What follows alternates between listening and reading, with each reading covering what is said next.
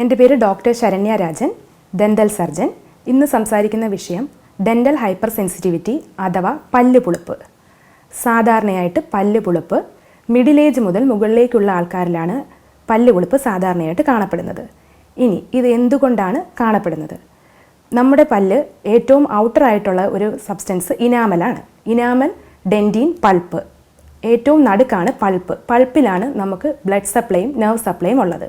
എപ്പോഴെങ്കിലും ഇനാമലിന് കേടുപാട് സംഭവിക്കുകയും ഡെൻറ്റിൻ ഓറൽ എൻവയോൺമെൻറ്റുമായിട്ട് കോണ്ടാക്റ്റ് വരികയും ചെയ്യുമ്പോഴാണ് സെൻസിറ്റിവിറ്റി അനുഭവപ്പെടുന്നത്.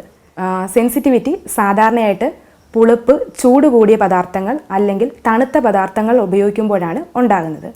ഏതെല്ലാം കാരണങ്ങൾ കൊണ്ടാണ് സെൻസിറ്റിവിറ്റി ഉണ്ടാകുന്നത്? പല്ലിന് കേടുപാടുകൾ ഉണ്ടാവുകയും ഇനാമൽ നഷ്ടപ്പെടുകയും ചെയ്യുമ്പോൾ സെൻസിറ്റിവിറ്റി ഉണ്ടാകും. ഫോഴ്സ്ഫുള്ളി ബ്രഷിങ് ചെയ്യുമ്പോൾ, അതായത് ഹാർഡായിട്ടുള്ള ടൂത്ത് ബ്രഷ് ഉപയോഗിച്ച് ബ്രഷ് ചെയ്യുകയാണെങ്കിൽ ഇനാമൽ തേഞ്ഞു പോവുകയും തത്ഫലമായി ഡെൻറ്റിൻ സെൻസിറ്റിവിറ്റി അനുഭവപ്പെടുന്നുണ്ട്.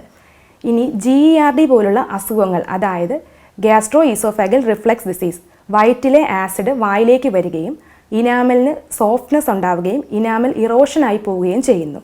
ഇങ്ങനെയും നമുക്ക് സെൻസിറ്റിവിറ്റി ഉണ്ടാകും. ഇനി മോണരോഗങ്ങൾ കാരണവും സെൻസിറ്റിവിറ്റി ഉണ്ടാകുന്നുണ്ട്. മോണയ്ക്ക് വീക്കം സംഭവിക്കുകയും മോണ താഴേക്ക് പോവുകയും നമ്മുടെ റൂട്ട് എക്സ്പോസ്ഡ് ആവുകയും ചെയ്യുമ്പോഴും സെൻസിറ്റിവിറ്റി അനുഭവപ്പെടും.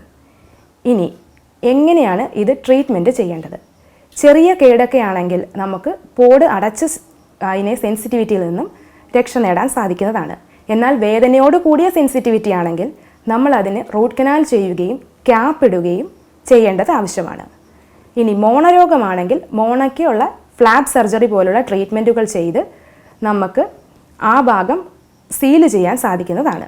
പല്ലുപുളിപ്പിനുള്ള ടൂത്ത് പേസ്റ്റുകൾ അവൈലബിൾ ആണ്. ഇനി ഇത് എങ്ങനെ ഉപയോഗിക്കണം എന്നുള്ളതാണ്. ടൂത്ത് പേസ്റ്റ് നമുക്ക് എവിടെയാണോ പുളിപ്പുള്ളത് ആ ഭാഗത്ത് തേച്ച് വെക്കുകയും കുറച്ചു നേരം റെസ്റ്റ് ചെയ്യാൻ അനുവദിക്കുക. അതിനുശേഷം നമുക്ക് പല്ല് നോർമലായി ബ്രഷ് ചെയ്യാവുന്നതാണ്. സെൻസിറ്റിവിറ്റി ഉള്ളവർ എപ്പോഴും സോഫ്റ്റ് അല്ലെങ്കിൽ അൾട്രാ സോഫ്റ്റ് ആയിട്ടുള്ള ബ്രഷുകൾ ഉപയോഗിക്കണം. സെൻസിറ്റിവിറ്റി ഉള്ളവർ ഒരു കാരണവശാലും കാർബണേറ്റഡ് ഡ്രിങ്ക്സ് അല്ലെങ്കിൽ പുളിപ്പ് അധികമുള്ള ആഹാരങ്ങൾ ഒഴിവാക്കുന്നതായിരിക്കും നല്ലത്. സ്മോക്കിംഗ്, ആൽക്കഹോൾ എന്നിവ പൂർണ്ണമായിട്ടും സെൻസിറ്റിവിറ്റി ഉള്ളവർ ഒഴിവാക്കേണ്ടതാണ്. പുളിപ്പുള്ളവർ സാധാരണഗതിയിൽ ഒരു ഡെൻറ്റിസ്റ്റിനെ കണ്ട് അതിൻ്റെ പ്രോപ്പറായ ട്രീറ്റ്മെൻറ്റ് ഉപയോഗിക്കുകയും അതിൻ്റെ കൂടെ ടൂത്ത് പേസ്റ്റ് കൂടി കണ്ടിന്യൂ ചെയ്താൽ മാത്രമേ സെൻസിറ്റിവിറ്റിക്ക് ശാശ്വതമായ ഒരു പരിഹാരം ഉണ്ടാവുകയുള്ളൂ. ഈ പറഞ്ഞ കാര്യങ്ങൾ ശ്രദ്ധിക്കുകയാണെങ്കിൽ പല്ലുപുളിപ്പിൽ നിന്നും നമുക്ക് ഒരു പരിധിവരെ രക്ഷ നേടാവുന്നതാണ്.